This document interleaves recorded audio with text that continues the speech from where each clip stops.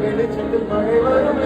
தரும் என அண்டத்தில் என்னும் என்னென்ன நீ அனைத்திலும் வீட்டுக்குள்ள பூ செடி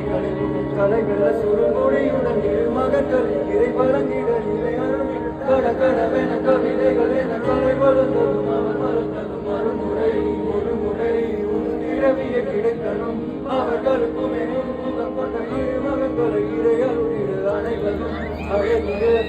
மகன்களை எடுக்கவே